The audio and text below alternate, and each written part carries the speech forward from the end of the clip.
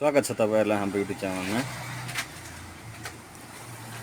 आज म तपाईहरुलाई Canon Image Classic MF 3010 को यो रेड ब्लिंकिङ आएको कुरालाई कसरी सल्भ गर्ने भन्ने कुरा देखाउन गएको छु।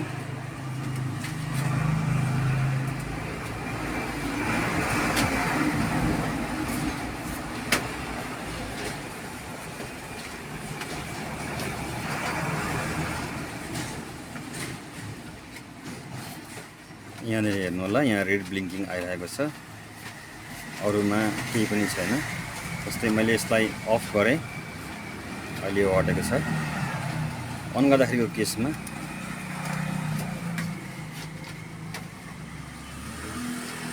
वान आयो, लाइट बल्यो, फेरि यहाँ आएर बस्यो।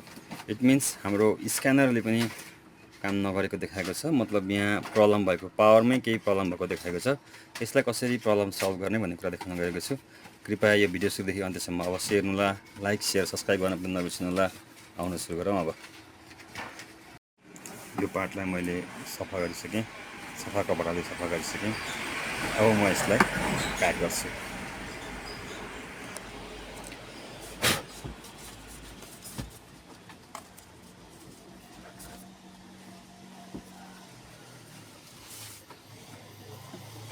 त्यही पोजिसनमा राखेर त्यही लक अनुसार मैले यसलाई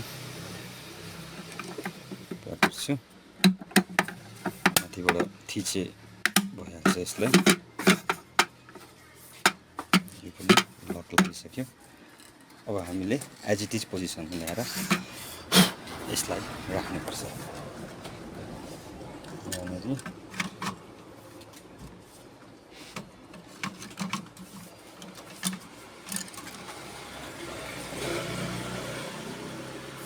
सेम अहिलेको पोजिसनमा यो लकलाई यहाँनिर यो जहाँ लक राखेको छ यहाँनिर, र यो लकलाई यहाँनिर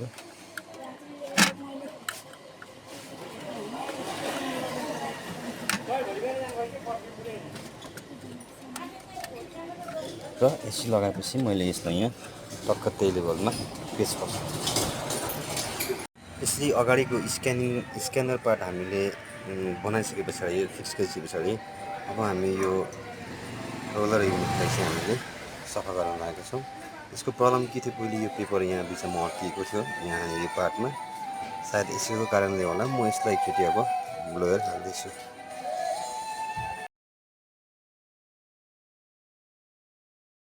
मैले यो पार्टलाई ब्लोयर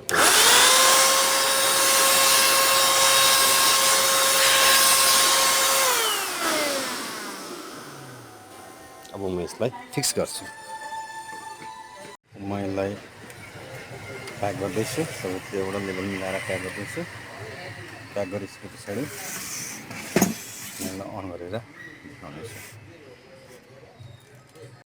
अलमोस्ट मैले यो प्रिन्टरलाई फिट गरिसकेँ। अब अलमोस्ट यो फिट भयो। म यसलाई पावर जोडिसकेको छु मैले। अब म यसलाई अन गर्छु अन बटनमा। अब हेरौँ यसको अघि नैको प्रब्लम दोहोरिन्छ कि अथवा केही चेन्ज हुन्छ। Okay, done. अब यो हाम्रो प्रिन्टर बनिसकेको छ। म यसमा एउटा स्याम्पल गरेर देखाउँछु। स्याम्पल गर्ने टाइममा मैले पेपर लोड गरेँ। टेस्ट पेज म यहाँ हाल्छु।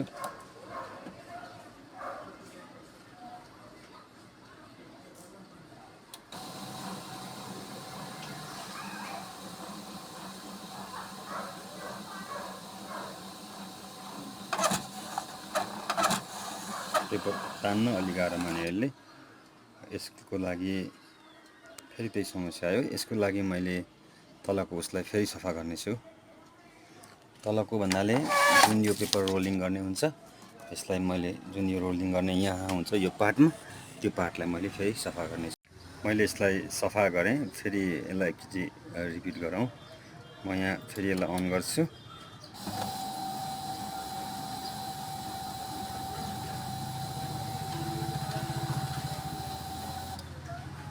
अब सही कन्डिसनमा छ। यसलाई म प्रिन्टको लागि कमान्डको लागि यहाँ राख्छु र यहाँ प्रेस गरेर यहाँ युमा गएपछि म यसलाई टेस्ट पेजको कमान्ड दिन्छु।